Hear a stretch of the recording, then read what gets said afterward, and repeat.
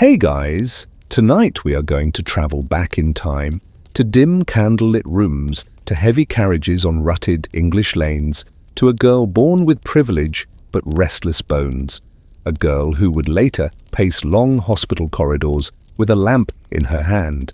Yes, this is the entire life of Florence Nightingale, told very, very slowly, so slowly that you might not make it to the end awake. In fact, you probably won't survive this without drifting off into the warm, heavy pull of sleep. So before you get comfortable, take a moment to like the video and subscribe, but only if you genuinely enjoy what I do here. And hey, I'd love to know, where are you watching from tonight and what time is it on your clock right now? Now dim the lights, maybe turn on a fan for that soft background hum, and let's ease into tonight's journey together. The story starts not in England, but in Italy. Picture Florence in 1820, not the Florence of pizza selfies or Vespa scooters, but the Florence of gas lamps and horses, of echoing cathedral bells, of thick stone walls that hold in both the summer heat and the weight of centuries. There, in a rented villa, a baby is born. She is named for the very city of her birth, Florence. You can almost hear the careful handwriting of her father inscribing the name into the family Bible. A city becomes a girl, and a girl will one day become a symbol. You shuffle forward through the heavy drapes of that villa. Outside, Italy hums with a different rhythm than England. But this isn't a family looking to settle in Tuscany. William and Frances Nightingale are merely passing through grand touring as wealthy English families did when leisure was the measure of refinement. Florence, the second daughter, arrives like an extra trunk in their baggage. She'll be carried back home, across the Channel, back to Hampshire estates and Derbyshire lawns, places where the grass is trimmed and the help is plentiful. And so before she can toddle the baby, Florence is already travelling. A kind of foreshadowing, though nobody thinks of it that way. For now she's a bundled infant, and you, yes, you are rocking beside her cradle, listening to the muted clop of carriage horses. Growing up in that wealth means silk curtains and long afternoons. It means governesses reciting poetry until the words blur. But let's not hurry there yet. We're still with the child who blinks against the light of England's damp sky for the first time. You can imagine her mother Fanny fussing over every cough, every shiver. You can picture her father William, a scholar more than a businessman, already dreaming that his daughters might read Greek as easily as they sip tea. Here's a mainstream fact to tuck into your pillow tonight. Florence Nightingale was actually born on May 12, 1820 in Florence, Italy, her parents deciding to honor the city with her name. Now for something quirkier, she wasn't the only sibling named after a place. Her older sister was called Parthenope after the ancient name for Naples, where she too had been born. Imagine the two girls in a drawing room, Parthenope sighing dramatically, "Why couldn't we just be called Jane or Mary?" And historians still argue whether the choice to name the girls after Italian cities was simply fashionable travel vanity, or whether the parents genuinely believed these names carried cultural weight, maybe both. Wealthy Victorians were always looking for ways to seem continental, a little more sophisticated than the neighbour down the lane. Back in England, the Nightingales settle into their pattern summers on the estate at Lea Hurst, in Derbyshire winters at Embley Park in Hampshire. Imagine vast grounds, the soft crunch of gravel under carriage wheels, the clipped hedges standing like sentinels. For young Florence, it's a world both beautiful and confining. The quiet tick of clocks, the measured pacing of governesses, the clinking of china. It is a life where nothing is urgent, at least not yet. You can almost hear the sigh of boredom between embroidery lessons. A child with too much energy, too much curiosity, staring out windows at a world that feels larger than tea sets and piano practice.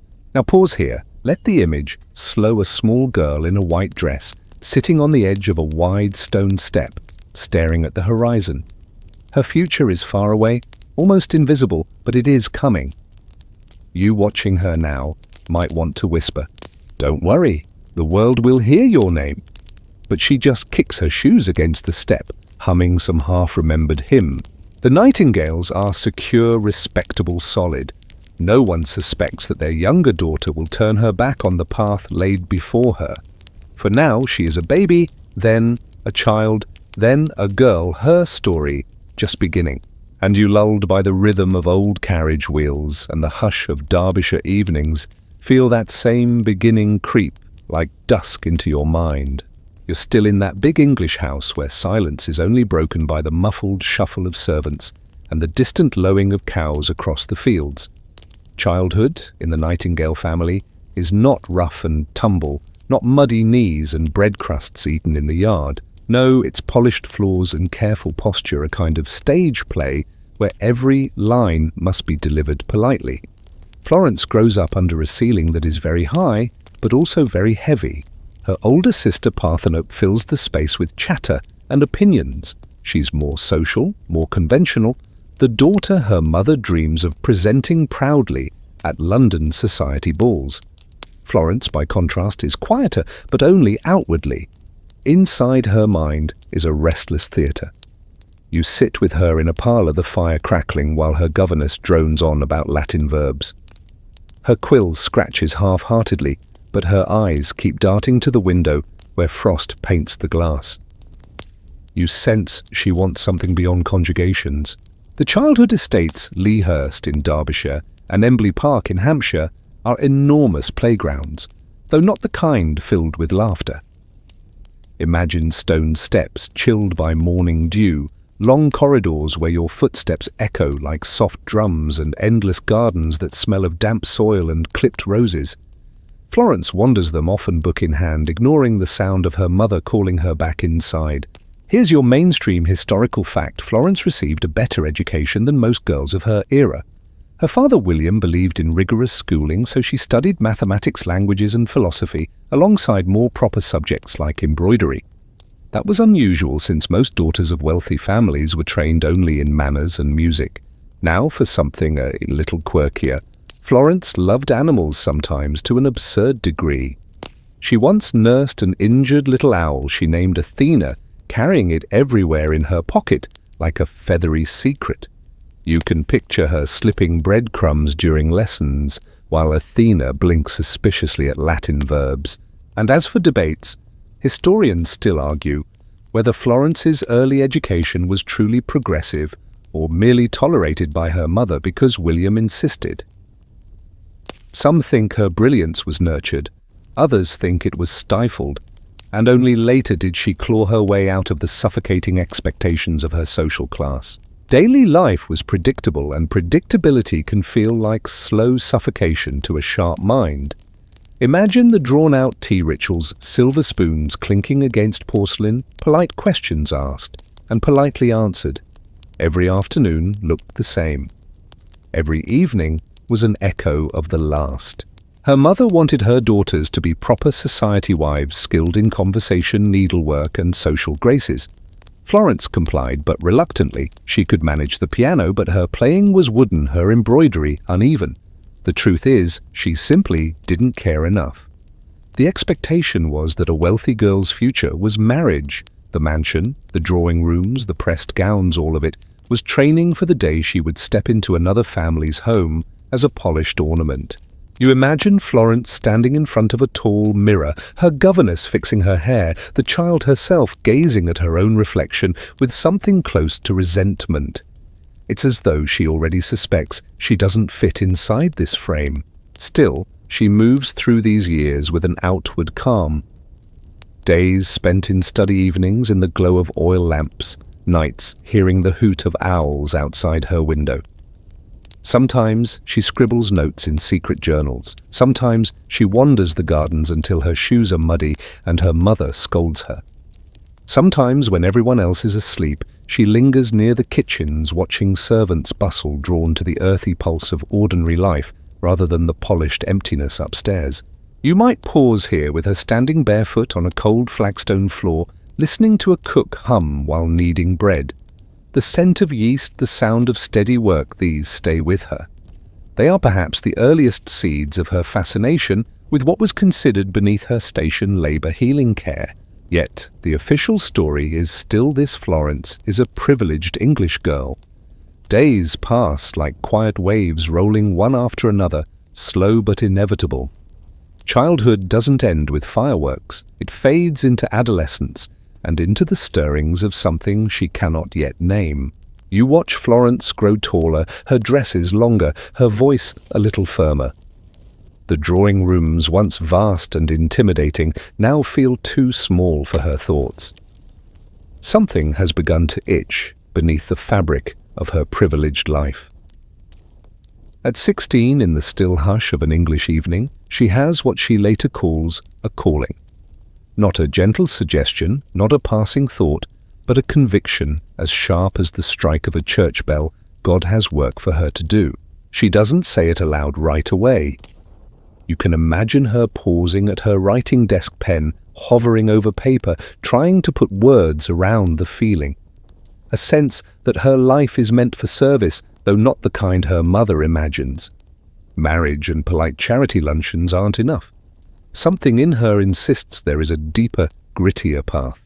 Mainstream fact first, Florence Nightingale indeed recorded in her private notes that she experienced a call to service from God at age 16 in 1837. It wasn't vague, she felt, directed toward nursing, which was scandalous for a young lady of her background. Now a quirky tidbit, around this same period, Florence became fascinated with statistics. Yes, actual charts and numbers.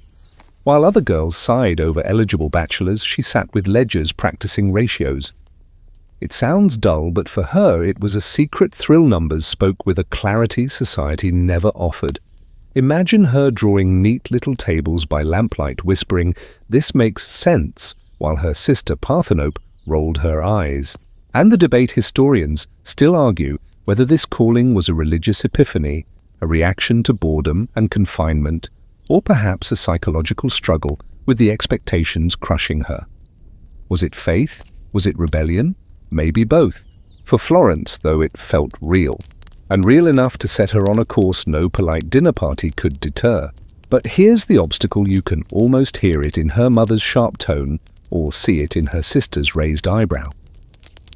Nursing was not a profession for respectable women. At the time, nurses were often untrained, sometimes drawn from the ranks of servants, or even women of questionable repute. The idea of a Nightingale daughter entering such work was as unthinkable as suggesting she take up chimney sweeping. So she keeps quiet. Outwardly, she continues the same lessons, the same teas, the same long visits to relatives, where conversations drag on about marriage prospects. Inwardly, she feels the tug of that calling like a secret compass needle, always pointing towards something she cannot yet reach. Picture her during a long Sunday service, the droning voice of the vicar filling the air. Everyone else nods, solemnly, eyes glazed. Florence, though, sits rigid, heart racing, as if each word confirms her secret path. She thinks, "I am not meant to sit idle in drawing rooms. I am meant to do something difficult, something useful." Even in her leisure, the difference shows. While Parthenope enjoys social gatherings, Florence sneaks off to visit poor villagers, offering small kindnesses, taking notes on their illnesses. She's not trained, but she is curious. And you walk beside her through muddy lanes as she ducks into a cottage where smoke stings your eyes and a child coughs in a straw bed. Florence watches, learns, absorbs, not as a lady, but as someone already testing the role she believes is hers. Her parents notice her detachment. They scold her for being unsociable, for declining invitations. "You must marry," her mother insists. "It is what women do." Florence smiles politely, but inside she recoils. Imagine being told your entire life's purpose is to be someone else's decorative possession. No wonder she felt restless.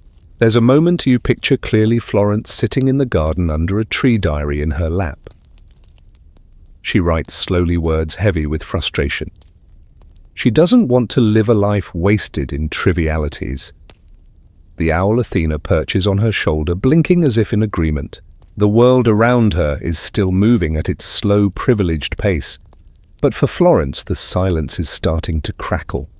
Something is about to shift, though she doesn't yet know how or when. For now, she is still that young woman in a long dress, walking the gardens at twilight, clutching a notebook, staring at the horizon as though it holds answers. The calling is there, pressing softly but persistently. You can almost feel it with her, like a quiet voice that refuses to fade. You find Florence older now, hovering in her 20s, caught in that frustrating middle space between knowing what she wants and being told she cannot have it. On the outside, she is still the dutiful daughter, still the young woman who attends teas, nods at polite conversation, and walks the grounds of Embley Park. But beneath that layer of respectability, she is becoming a secret student. When others retire for the night, Florence lingers awake.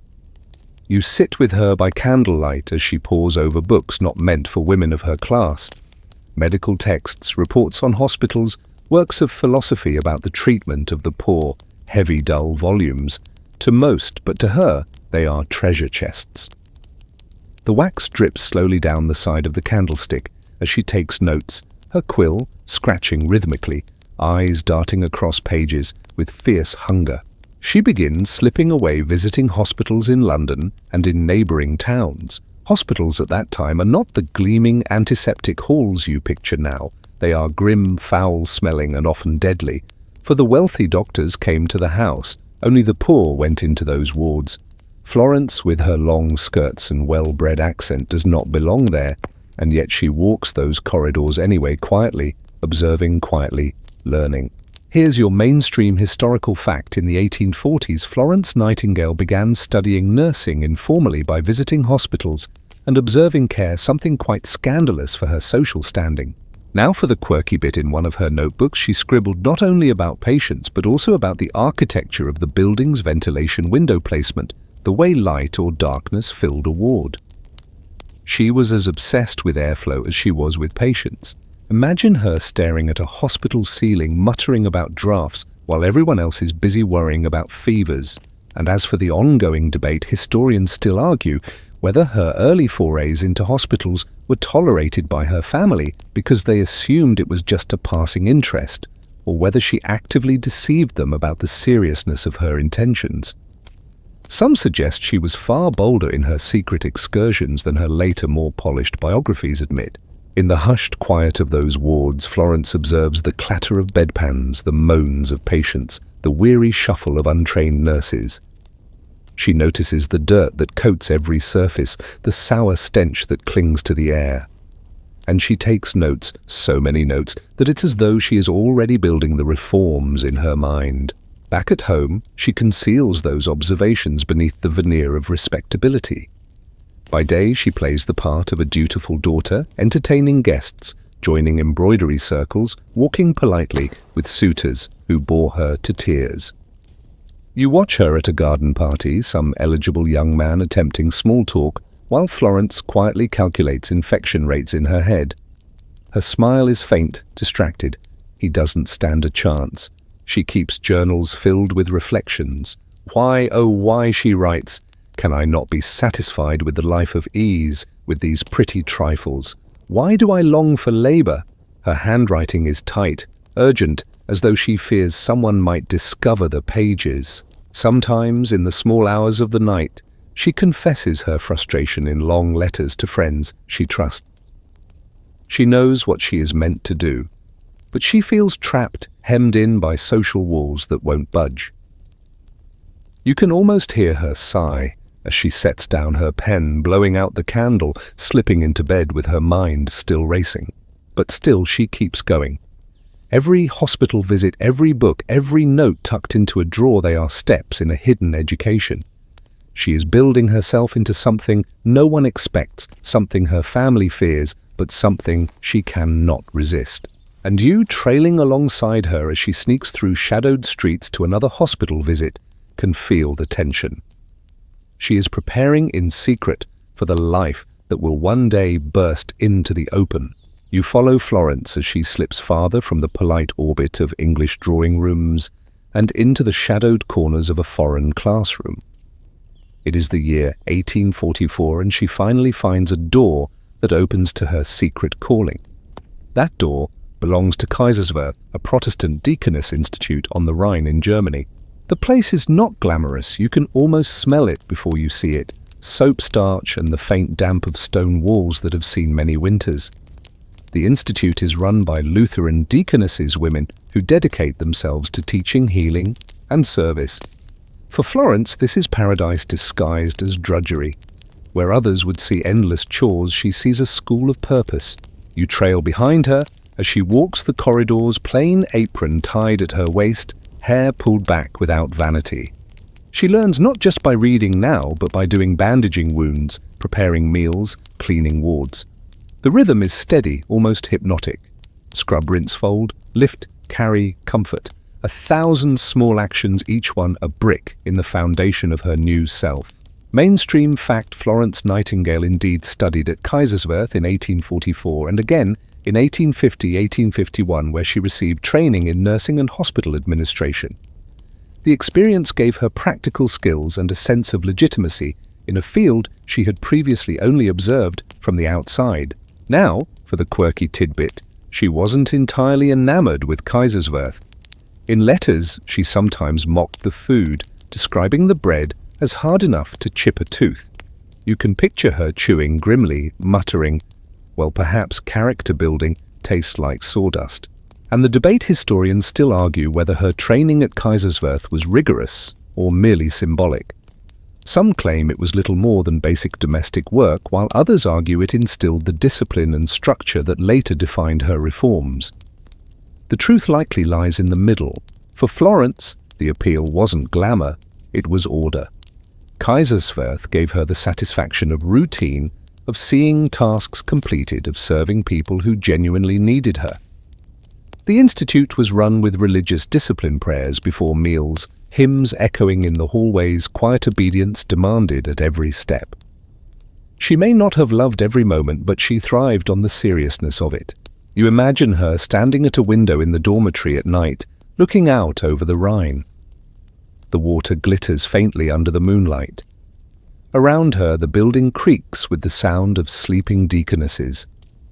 She breathes in the cool air, heart racing with a strange joy. For once, she is not pretending. For once, she is not being groomed for a life she doesn't want. She is here, learning the work she was born to do. Her family, of course, is horrified.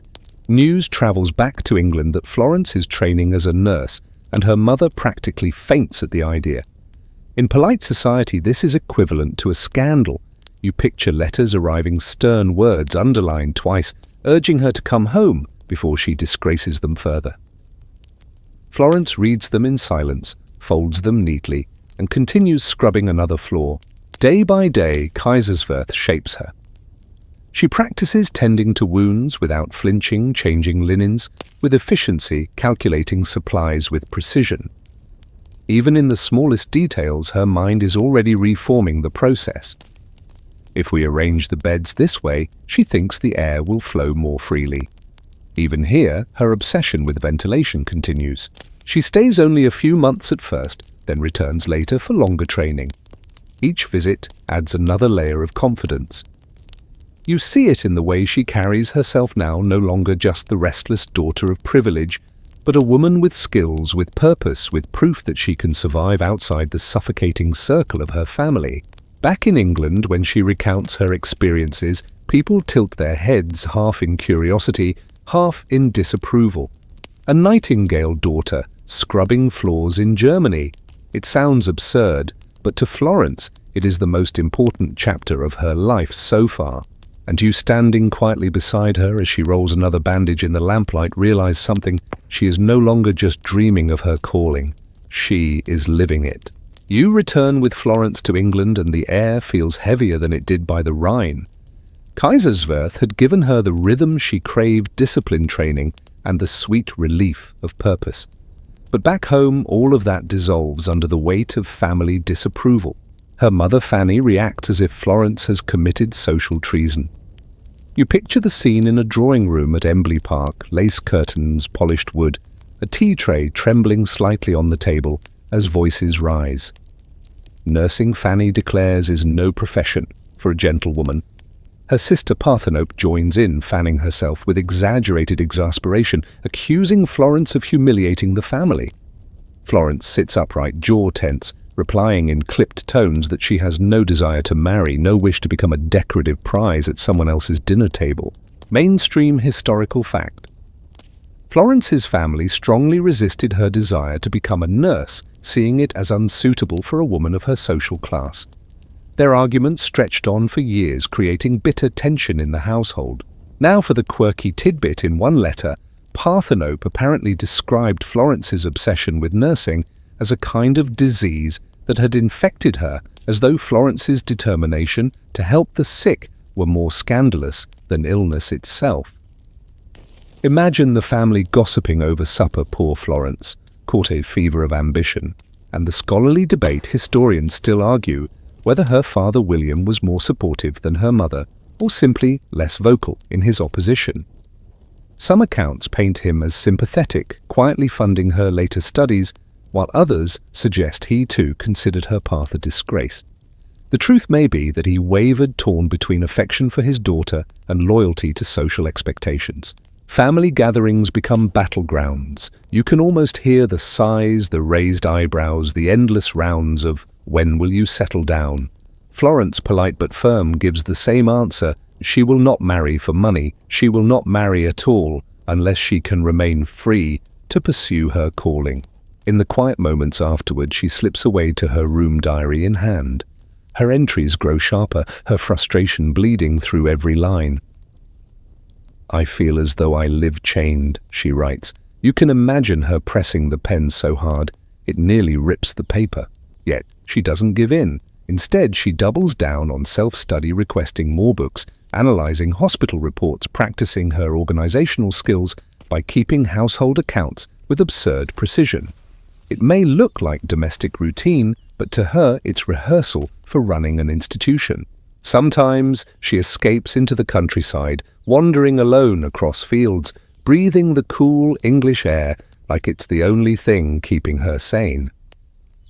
She stares at the horizon as if daring it to present an opportunity. You can almost hear her muttering, "There must be more than this." Still, the family's pressure is relentless. Suitors appear wealthy, respectable men with land titles, connections. One Richard Monckton Milnes proposes and keeps proposing. Florence finds him intelligent and kind, but she cannot say yes. Marriage would mean surrendering the freedom she craves, chaining herself to a life of hosting dinner parties instead of transforming hospitals. She writes in her diary about Milnes admitting affection, but confessing that accepting him would mean death to her soul. That's not melodrama, it's truth. And so she refuses, shocking her social circle, breaking her mother's heart, and isolating herself further. The drawing rooms grow colder, the silences sharper. But Florence's will only hardens. You picture her one night pacing the length of her bedroom while a storm lashes against the windows. Thunder rolls, rain pelts the glass, but she keeps walking as though her own restlessness matches the weather. She is waiting, still waiting, but she knows now that she will not bend. You follow Florence into London, and the mood shifts from country estates to city streets that hum with carriage wheels and the scent of coal smoke. She is now in her 30s, her patience worn thin, her determination sharpened by years of argument. At last, she has carved out a position for herself, still modest, still controversial, but finally real. It is 1853, and she accepts the role of superintendent at the Institution for Sick Gentlewomen in Distressed Circumstances. The name alone sounds like a Victorian novel stretched out too long, but the job is serious. The institution cares for governesses who, once too ill to work, had nowhere to go. These were women of modest means, stranded between classes, not quite poor enough for the parish infirmary, not rich enough for private care. Florence sees in them not just patients, but a cause. The building tucked on Harley Street is plain functional. You can almost hear the creak of stairs and the rattle of window panes when carriages pass outside. Inside, Florence sets about transforming chaos into order. She reorganizes finances, improves hygiene, and establishes routines for the staff. It isn't glamorous work. There are no lamp-lit midnight heroics here, just ledgers, scrubbing brushes, and the slow, steady imposition of discipline. Mainstream historical fact. Florence Nightingale indeed became superintendent of this institution in 1853, marking her first significant professional appointment. It gave her administrative experience and a platform to test her ideas. Now for the quirky tidbit. She kept up her owl Athena during these years, often tucking it into her pocket, even while managing serious affairs. Imagine her inspecting a ward while a tiny owl blinks out at startled patients. Nothing says reassuring authority quite like a pocket owl. And the debate historians still argue whether her impact at Harley Street was as transformative as later accounts claimed. Some say she made sweeping changes that set a new standard. Others suggest her influence was exaggerated in hindsight, a mere prelude to the far greater stage awaiting her in the Crimea. But to Florence, this role is a victory. At last, she has her foot on the ladder, not as a dilettante, not as a rebellious daughter, but as a professional. Every clean bed, every balanced account, every grateful patient confirms what she has always known: she belongs here. She rises early, works late, and fills her notebooks with observations. Even in the humdrum of administrative drudgery, she sees patterns, inefficiencies, ways to improve. She is less concerned with medical cures, doctors still dominate that sphere, and more obsessed with environment, air, cleanliness, food order. To her, healing begins not with medicine, but with surroundings. Picture her walking the wards with a calm, watchful presence. She speaks softly to patients, but behind her gaze, you sense calculation, assessment. The place is small, but she runs it like a prototype of the larger reforms she dreams of. Back in society, the appointment earns her raised eyebrows. Some friends praise her boldness, while others whisper about impropriety. But Florence no longer cares. After years of resistance, she has slipped the leash. You imagine her at the end of a long day, sitting at her desk in the superintendent's office, the lamp throwing soft light across her papers. Outside, London clatters on street sellers calling horses, clopping fog, curling around gas lamps. Inside, she breathes, deeply satisfied. She is tired, yes, but this is the tiredness of work that matters. She doesn't know it yet, but the world is about to open a door much larger than Harley Street. A war is brewing far away, and her name will soon be called into service. For now, though, she straightens another ledger, plans another supply order, strokes Athena's feathers, and keeps going. The air around you changes heavier, saltier, tinged with smoke and damp canvas. It is 1854, and Florence is no longer walking London's respectable streets. She is boarding a ship bound for a place that will test her as nothing else has. The Crimean War has broken out, and Britain is staggering under the scandal of its own military hospitals. Reports flood the newspapers, soldiers dying not from bullets, but from disease, neglect, and filth. Enter Florence Nightingale, summoned by Sidney Herbert, the Secretary of War, who happens also to be a family friend. He writes asking her to lead a group of nurses to the front. For Florence, this is both terrifying and exhilarating. At last, her training, her stubborn defiance, her years of preparation are being called upon, not in a London institution, but in the chaos of war. She gathers 38 women, a strange mix of disciplined nuns, trained assistants, and a few volunteers with more enthusiasm than skill. You trail behind as they march down to the dock skirts, brushing the muddy ground luggage stacked high. Soldiers cheer, some jeer, and the women board the ship as though stepping onto another world. Mainstream fact: Florence Nightingale sailed for the Crimea in 1854 with a team of 38 nurses, the first official group of female nurses sent to a war front by the British government. Now for the quirky tidbit: some of the supplies Florence packed included cases of lavender water and sponge bags, Victorian travel necessities, even as she also prepared for surgical dressings and soap. It was a curious blend of genteel habit and practical foresight. And the debate historians still argue whether Florence was truly eager to accept Herbert's offer, or whether she hesitated, knowing the risks and resistance she'd face. Some accounts portray her leaping at the chance, others suggest she agonized over the decision. Either way, the die was cast. The voyage itself is slow weeks of rolling waves and cramped quarters. You feel the dull rhythm of the ship as it creaks and sways, the groans of passengers adjusting to seasickness, the smell of salt mingling with unwashed bodies. Florence uses the time, well organizing her nurses, drilling them in routines, preparing lists of supplies. She knows discipline will be their greatest weapon against the chaos awaiting them. When the ship finally reaches Constantinople, you step onto foreign soil with her. The city hums with 1,000 languages, the call to prayer echoing from minarets, spice-laden air thick in your nose. From there, the nurses make their way to Scutari, where the great British barrack hospital squats on a hill.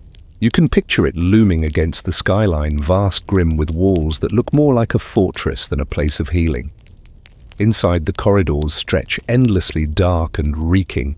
Soldiers lie on straw mats, many still in their filthy uniforms. Rats scurry freely. The stench of sewage is overwhelming. Florence breathes it in, steady, her expression unreadable. The journey here has been long, but it is only the beginning.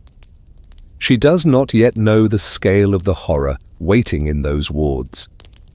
For now, she stands at the threshold lamp, not yet in her hand, but her resolve already burning. And you standing quietly beside her can feel the world tilting. Everything she has trained for, everything she has fought for, this is where it will matter. You step with Florence into Scutari and the air is nearly unbreathable.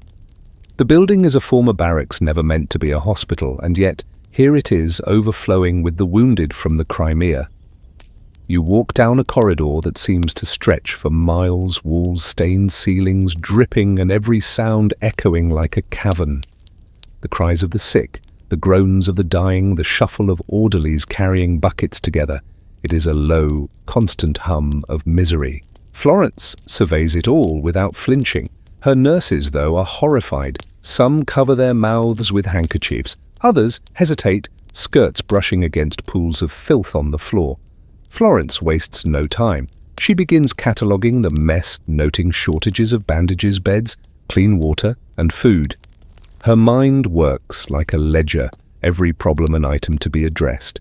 Mainstream fact conditions at Scutari were appalling. Mortality rates reached over 40%, with more soldiers dying from disease, cholera, typhus, dysentery than from wounds.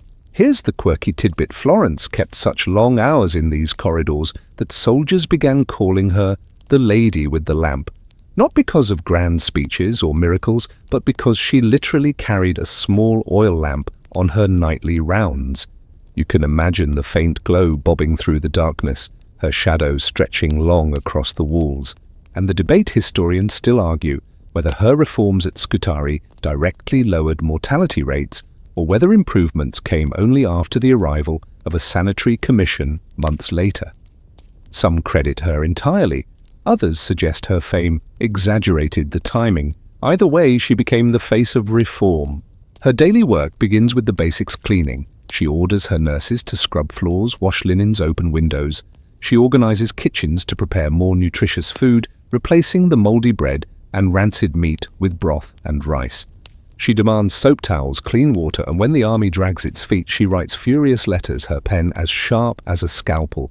At night, she walks the wards, lamp in hand. You follow her footsteps softly echoing through the vast corridors.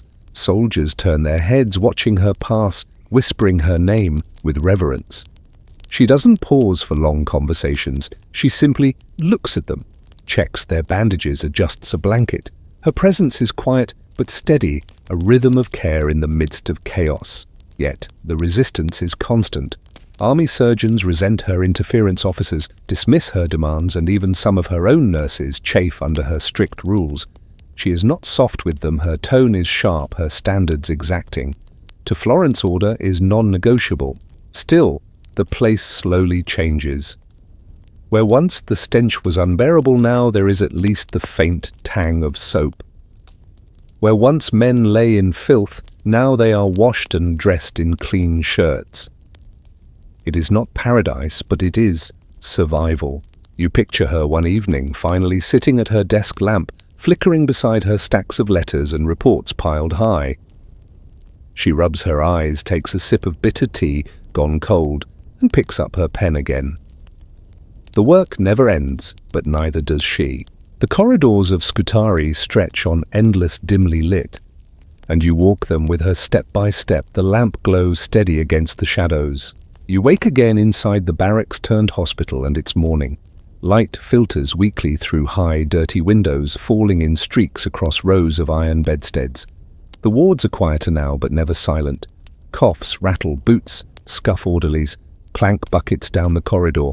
This is Florence's daily world, endless, repetitive grinding. The work begins before dawn. She rises early, gathers her nurses and checks assignments. Some clean, some cook, some tend to patients. Florence supervises everything with an almost military precision. She believes that small details, washed hands, boiled linens, measured rations, make the difference between life and death. Mainstream Nightingale's routines at Scutari were not glamorous. She spent much of her time on administration, organizing kitchens, laundry supply lines, and record-keeping. Her ability to manage systems was as crucial as her bedside care. Quirky tidbit, she sometimes served food herself, dishing out rice puddings and broth to soldiers who were astonished to be fed by a woman of her class.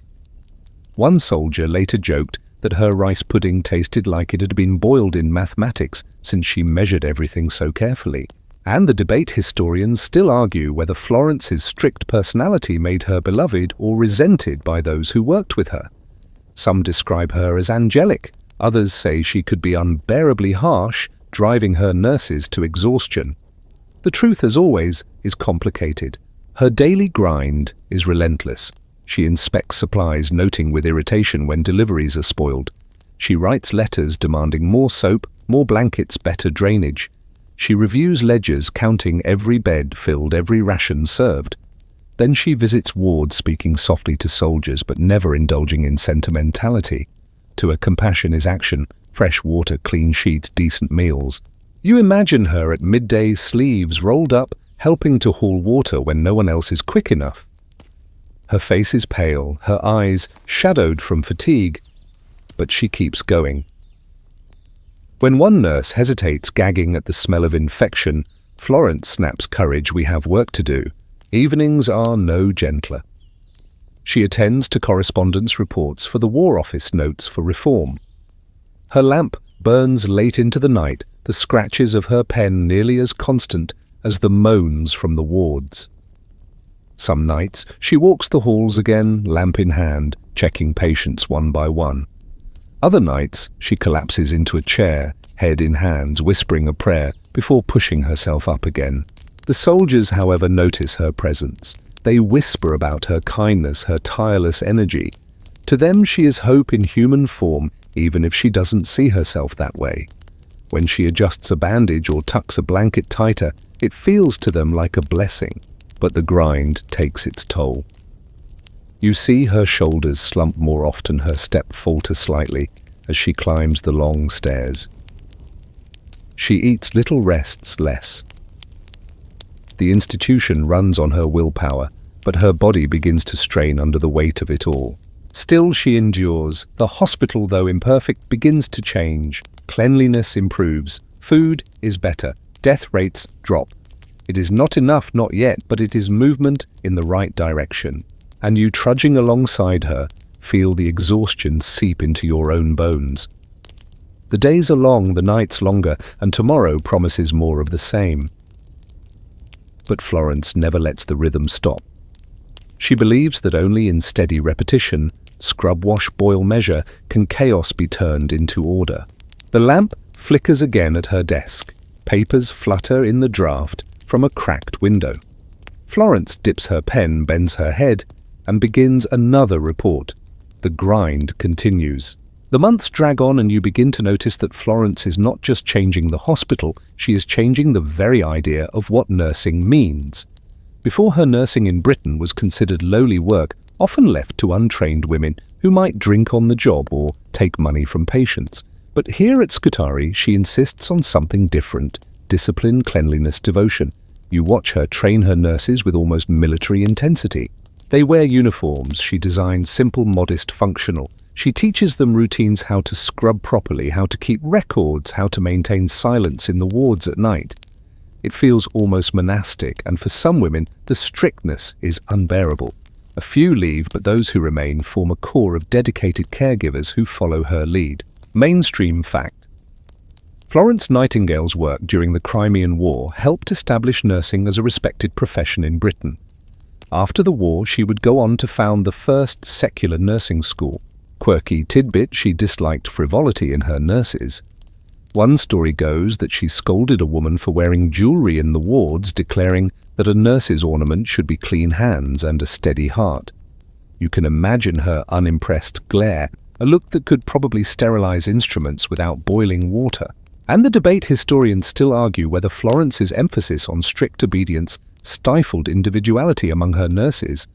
Was she empowering women by giving them a respected role, or was she merely enforcing another hierarchy? Opinions remain divided. At Scutari, you see her balancing compassion with authority. She is warm with soldiers but unyielding with staff. Her presence in the wards is gentle, but behind closed doors, she argues fiercely with military officials, hammering at them for supplies, for drainage improvements, for better food. She is both caretaker and commander, and the dual role defines her. She begins to attract attention back home. Newspaper articles call her an angel, a saint, the very embodiment of female virtue. Letters pour in praising her sacrifice. Florence, however, rolls her eyes at the sentiment. She doesn't want to be worshipped. She wants reforms. Still, she understands the value of reputation. If being called the lady with the lamp wins her leverage, she will use it. You imagine her one evening sitting in her office reading yet another newspaper clipping. The words describe her as tender, holy, almost ethereal. She snorts softly, tosses the paper aside and mutters, "If only they saw the drains." Then she picks up her pen and continues her endless correspondence. Meanwhile, the soldiers' perception of her grows stronger.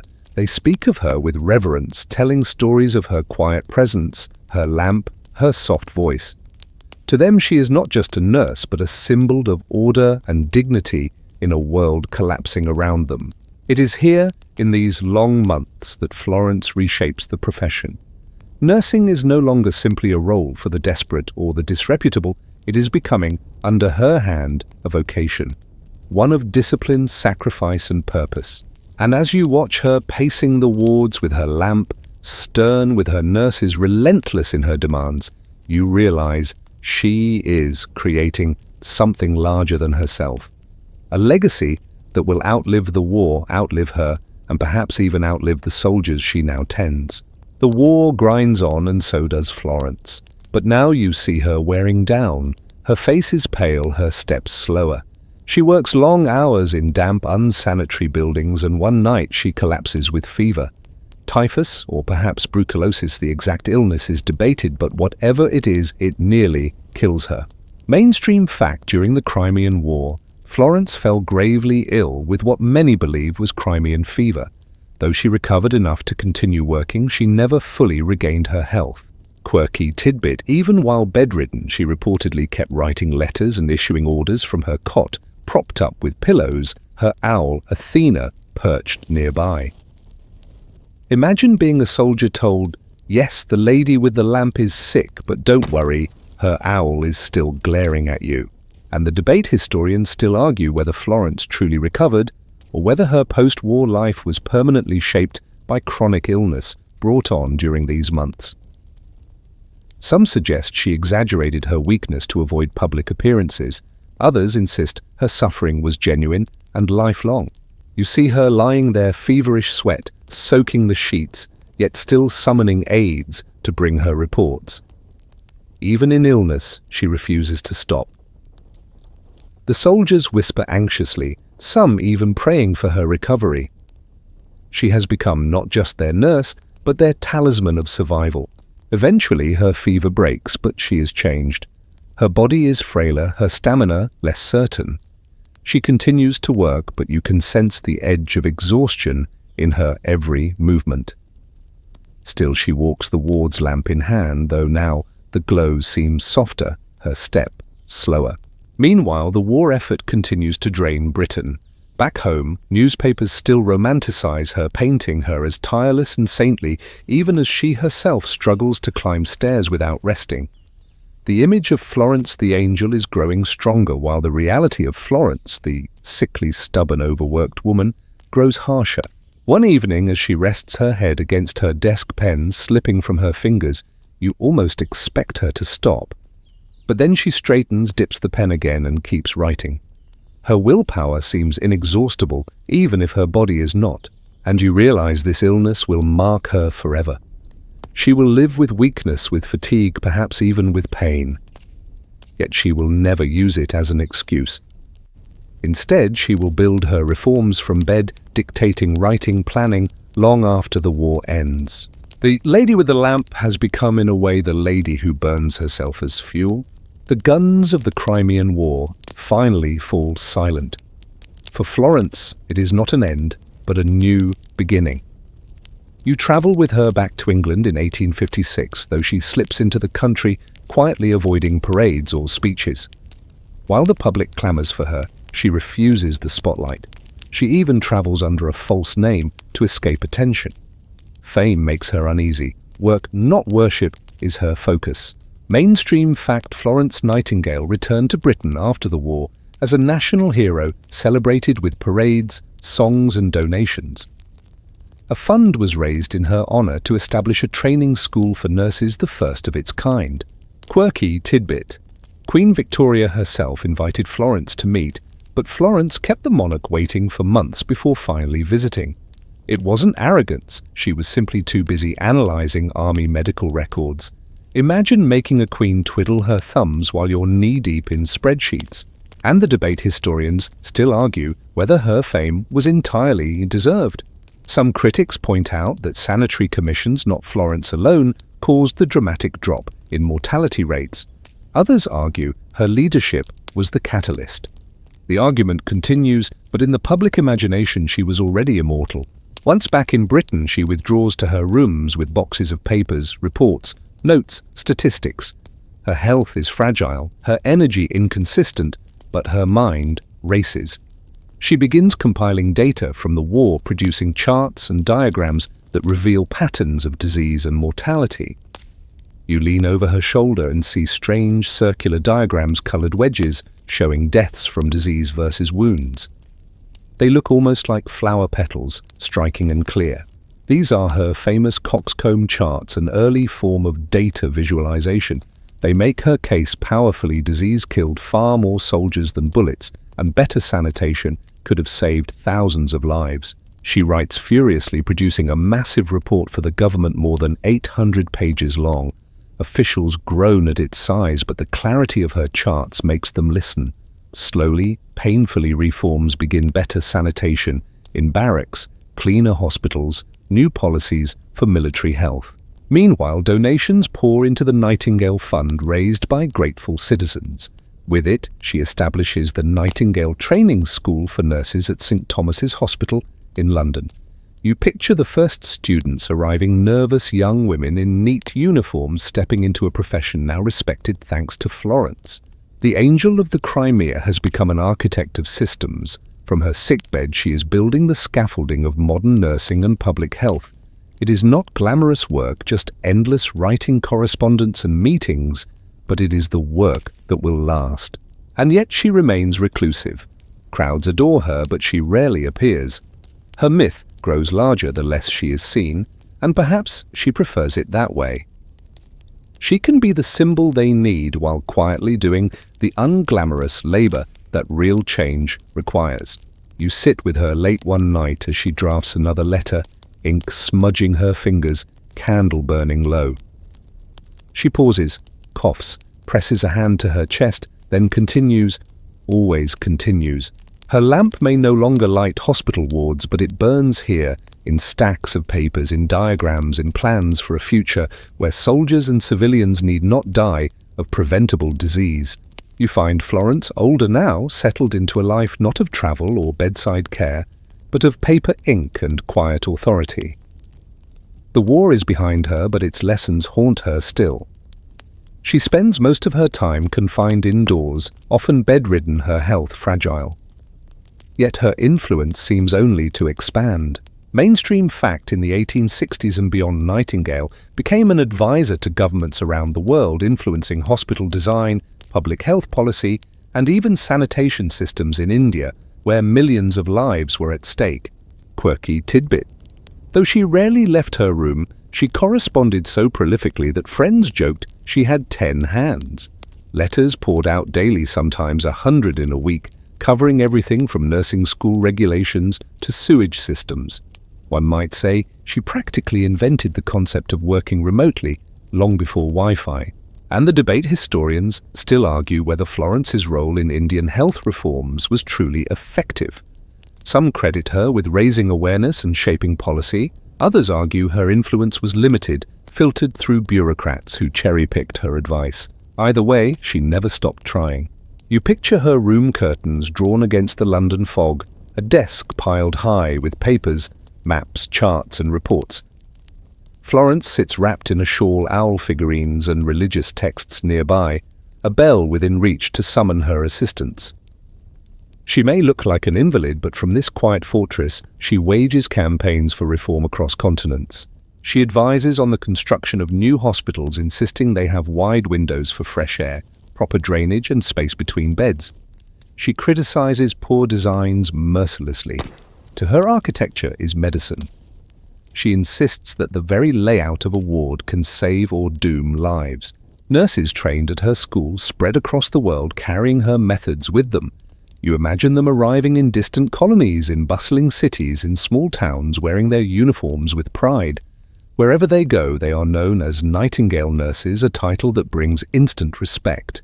Meanwhile, Florence's reputation continues to grow. She is awarded the Order of Merit in 1907, the first woman to receive it. Politicians and monarchs praise her. Yet she still avoids public ceremonies, sending polite regrets instead of making appearances. Fame has never been her aim. She continues writing well into her 70s, dictating when her hand grows too shaky. Even in her 80s, she offers advice on public health issues. Imagine her frail in-bed voice, raspy, yet still debating drainage systems with officials half her age. And still the myth persists. The lady with the lamp, the angel of Scutari, the saint of nursing. She sighs at the titles, knowing they obscure the reality of her life, one of exhaustion, illness, relentless data collection, and stubborn insistence on cleanliness. Yet she also knows that myths can move people in ways statistics cannot. As you sit beside her in these later years, you sense a woman who has given everything: health, youth, comfort, for the cause of saving lives. Her lamp, though dimmer now, still flickers in the minds of those she has trained, advised, and inspired. And though her body is failing, her influence only seems to grow stronger, carried forward by the nurses and reforms she has set in motion. You sit with Florence in her final years, and the room feels hushed, like the world itself is tiptoeing. The air is heavy with the smell of old books, dried flowers, and the faint soot of London chimneys. Florence lies in bed, white-haired eyes, still sharp, though her body is frail. She rarely leaves this room now, but her mind still wanders far. Letters still arrive. Requests for advice still come. Officials still seek her judgment, as though the world refuses to let her rest.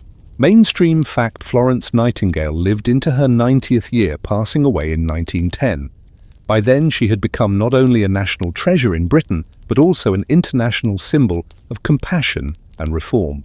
Quirky tidbit: despite her fame, she requested a simple funeral without pomp or spectacle, no grand procession, no public monuments, just a quiet burial in Hampshire with only a small headstone. She even turned down a spot in Westminster Abbey, preferring modesty in death as in life. And the debate historians still argue whether her legend as the lady with the lamp overshadowed her real legacy as a statistician and reformer. Was she remembered more for a romantic image than for the hard, unglamorous work of policy and data? The truth lies somewhere between. You watch her rest in the bed, where she has spent decades, surrounded by papers, letters, and the faint ticking of a clock. She breathes slowly, every inhale a little thinner than the last. Yet even now she seems alert, as though listening for the footsteps of history itself. When she finally passes quietly in August of 1910, the world mourns. Newspapers across continents publish her portrait. Nurses light candles in her memory. Soldiers speak her name with reverence. The myths are retold: the lamp, the angel, the tireless nurse. But those who know her work understand it was more than myth. It was discipline, numbers, systems, and an unrelenting demand for order and cleanliness. You imagine standing at her grave, the simple marker almost hidden by grass. No grand statues, no marble angels, just earth, sky, and the quiet legacy of a woman who changed the world from sickbeds and lamplit corridors. And as you linger there, you realize her lamp has never gone out. It lives on in every nurse trained to wash their hands, in every hospital designed with clean air and sunlight, in every public health reform that saves lives, silently, invisibly. Her life was long, slow, often painful, but it was also vast in its reach. And now, as the story closes, you feel that slow rhythm settle into you too. Now let the pace soften. The details blur into something gentler, quieter. Imagine her lamp, no longer bobbing through dark wards, but resting on a bedside table, the flame low and steady. Picture her room curtains drawn, the soft creak of wood, the hush of footsteps in a distant hallway. Let that glow spread outward, a slow pulse, as if every breath of yours matches its rhythm. In, out. Warmth, rest. The world she struggled to heal is quieter now. Safer. The storm of her life has eased into calm. You sink into that stillness, letting the edges of the story dissolve. No need for more names, more dates, more debate. Just the image of a woman who gave her life to order and care, and who now rests in peace.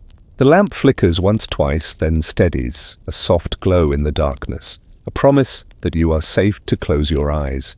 And so the story fades as gently as a whisper.